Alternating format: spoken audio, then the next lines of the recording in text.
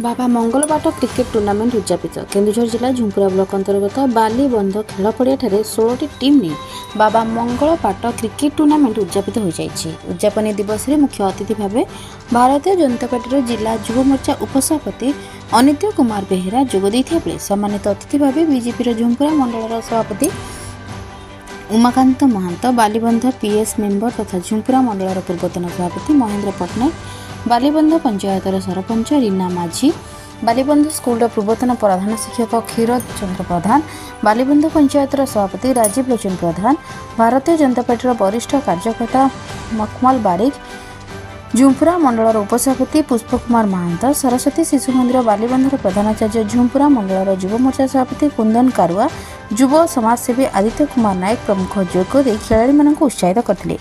यह टूर्नामेंट रे DSXI गोवा 11 एवं RCC रजिया मध्य फाइनाल खेल होता है। DSXI गोवा 11 को शेष बॉल 5 रन दरकार था।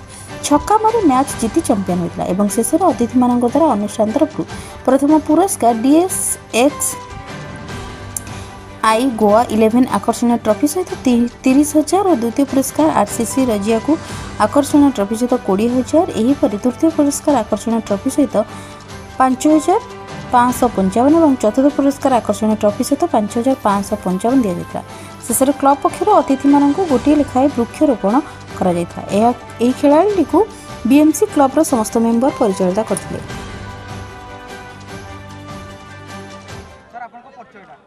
अनित्य कुमार बेहेरा जिला युव मोर्चा उपसभापति भारतीय जनता पार्टी केन्दुझर जिला।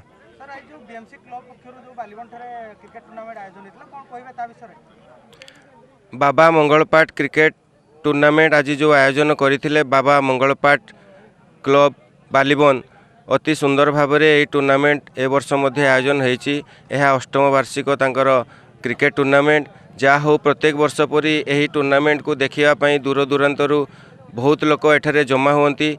ए वर्ष रजिया एवं गोवा मध्य खेल फाइनाल खेल अनुष्ठित होता। बहुत सुंदर खेल प्रदर्शन करते दुई दलर खेलाड़ी बंधु मैंने शेष पर्यंत जना पड़ी नथिला कौ दल जितब कौ दल हारिबो किंतु शेष में गोवा बाजीमात करी नहीं खेल को। आउ धन्यवाद देवी बाबा मंगलपाट कमिटीर समस्त सदस्य बंधु मानू समस्ते जहा हो प्रत्येक वर्ष परी ए वर्ष मध्य अति सुंदर भाव में खेल को आयोजन करथिले। मो नाला महेंद्र कुमार पट्टनायक बालीबन PS मेंबर और झुंपुरा मंडल भाजपा प्रतिनिधि।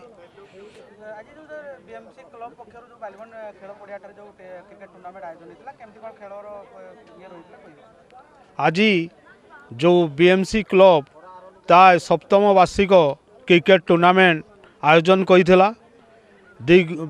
5 दिन ही ए खेल प्रतियोगिता होता। आज फाइनाल खेल होता। आ फाइनाल खेल आमे माने बसी बहुत उपभोग कलु। बहुत रोमांटिक भाव फाइनाल खेलटी होता। दुई दल मध्य बहुत जोरदार टक्कर था। लास्ट गोवा टीम ताई विजय लाभ करथिला। आ BMC क्लब जो दुनिया को गोटे संदेश देले गछटीए शिशुटीए सबू खेलाई को सबू अतिथि को गोटे गोटे गछ लगेवाई आउ से गछ को ठीक जत्न दे बड़ करने जो उपदेश देते तेणु BMC क्लब समस्त सदस्य को बहुत धन्यवाद। इमिति आग को खेल करूथांतु आउ दुनिया को भल मार्ग देखा तेणु BMC क्लब समस्त सदस्य को धन्यवाद दौची। मु श्री उमाकांत महांत झुंपुरा मंडल बीजेपी प्रेसिडेंट।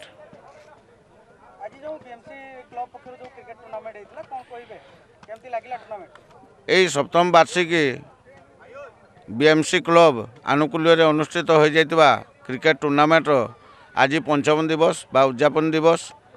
आजिकार उद्यापन दिवस रे जो फाइनाल खेलटी अनुष्ठित होला ताहा अति रोमांचकर खेल अनुष्ठित होला।